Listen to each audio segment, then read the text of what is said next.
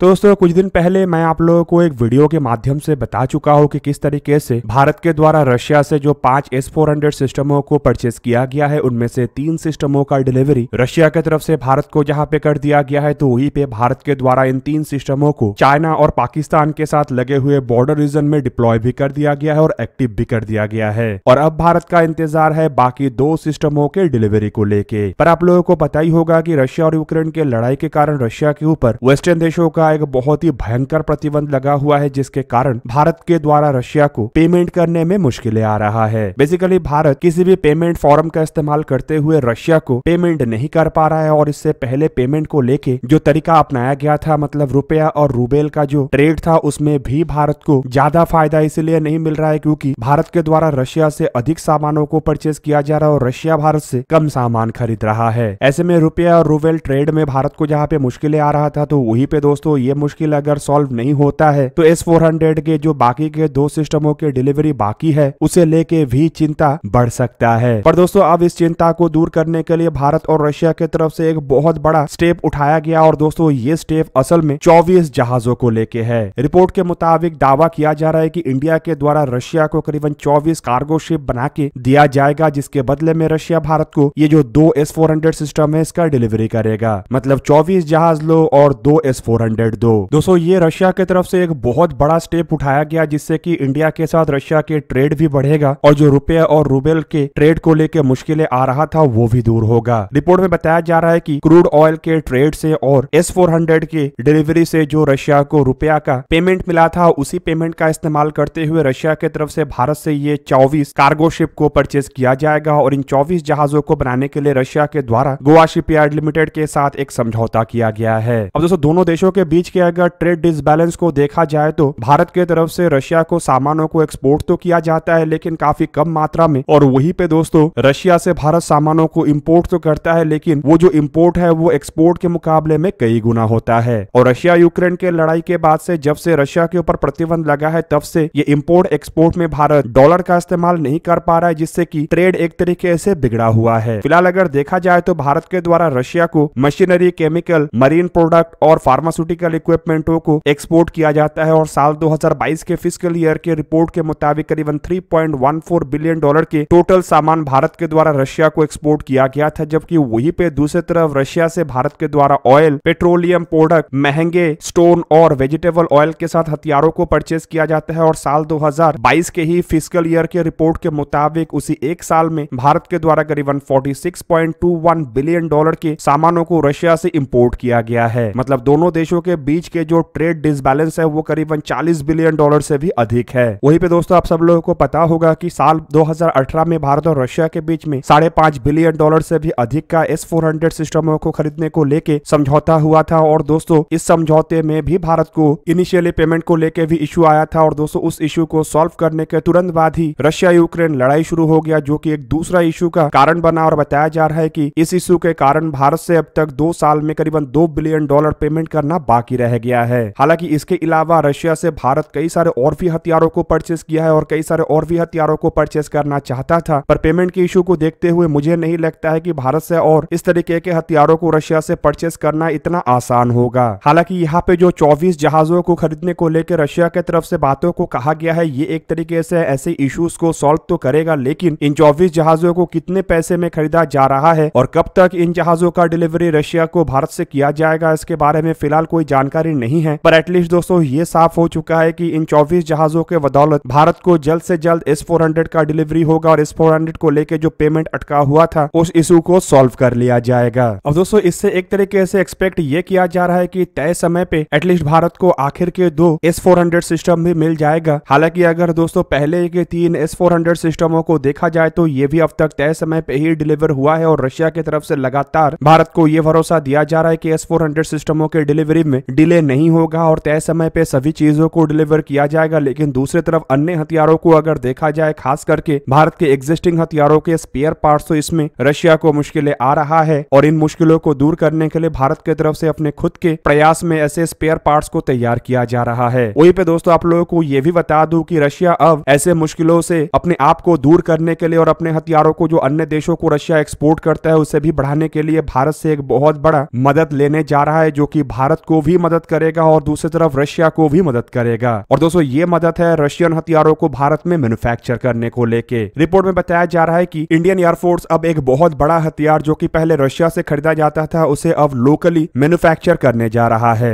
और दोस्तों ये बड़ा हथियार असल में वो हथियार है जो कुछ समय पहले पाकिस्तान के F-16 एयरक्राफ्टों को मार गिराया था। बेसिकली दोस्तों मैं जो हथियार का बात कर रहा हूँ वो है R-73E मिसाइल, और ये एक तरीके के short range air to air missile है जिसे इंडियन एयरफोर्स के कई सारे अलग अलग एयरक्राफ्टों में इस्तेमाल किया जाता है, खास करके रशियन और सोवियत ओरिजिन एयरक्राफ्टों में। बेसिकली इंडियन एयरफोर्स के बेड़े को अगर देखा जाए तो यहाँ पे MiG-21, MiG-29 और सुखोई 30 MKI एयरक्राफ्टों में R-73 मिसाइलों का इस्तेमाल होता है। और भारत आत्मनिर्भर भारत के संकल्प के अंतर्गत और इन एयरक्राफ्टों के जरूरतों को देखते हुए अब इन मिसाइलों को मेक इन इंडिया इनिशिएटिव में भारत में ही प्रोड्यूस करेगा। और रिपोर्ट के मुताबिक ये प्रोडक्शन डिफेंस एक्विजिशन प्रोसीजर 2020 के मार्क 3 प्रोसेस और चैप्टर 3 के अंतर्गत होगा। और वहीं पे आप लोगों को ये भी बता दूं कि ये जो शॉर्ट रेंज के R-73 मिसाइल है इसके स्पेसिफिक वेरिएंट मतलब एक मॉडर्न वेरिएंट जिसे कि R-73E कहा जाता है उसी का ही प्रोडक्शन भारत में होगा। दोस्तों R-73E मिसाइल को अगर देखा जाए तो ये अपने परफॉर्मेंस के लिए पहचाना जाता है और इन्हीं कारणों के वजह से इन मिसाइलों को इंडियन एयरफोर्स के क्रूशियल मिसाइल के रूप में भी देखा जाता है। मिसाइलों को डेवलप्ड असल में रशियन टैक्टिकल मिसाइल कॉर्पोरेशन की तरफ से as a short range missile के रूप में किया गया था और इसका रेंज पहले 30 किलोमीटर तक था। और दोस्तों इसके जो लेटेस्ट वेरिएंट है जिसे कि RVV-MD कहा जाता है उसका रेंज करीब करीब अब 40 किलोमीटर है। दोस्तों डॉग फाइट में with in visual range missile के रूप में इसे एक बेस्ट मिसाइल के रूप में देखा जाता है। और ये जो मिसाइल है ये डायरेक्टली डे और नाइट और